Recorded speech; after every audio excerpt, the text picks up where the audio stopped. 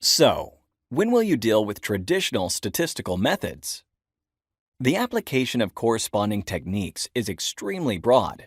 However, we will provide you with two examples that will help you associate some techniques we presented in the previous video to real-world instances. Imagine you are the head of the user experience department of a website selling goods on a global scale, which we often abbreviate as UX.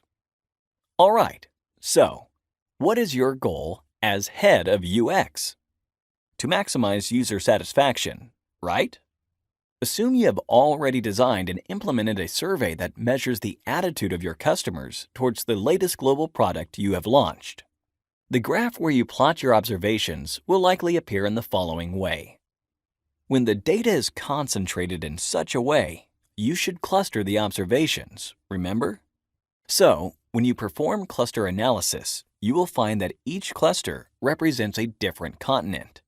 This group may refer to the responses gathered from Asia, this one from Europe, this one from South America, and the last one over here from North America.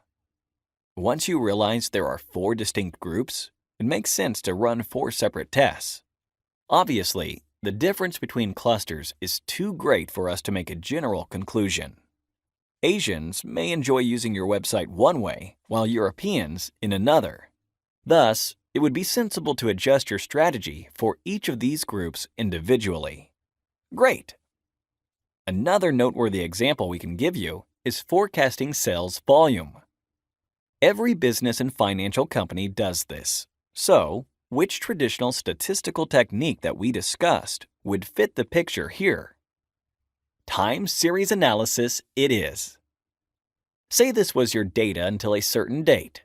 What will happen next? How should you expect the sales to be for the year ahead? Will their volume increase or decrease? Several types of mathematical and statistical models allow you to run multiple simulations, which could provide you with future scenarios. Based on these scenarios, you can make better predictions and implement adequate strategies. Awesome job, people!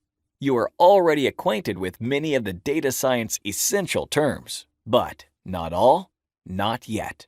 In the next video, we will present the most important things you need to know about machine learning. Thank you for watching.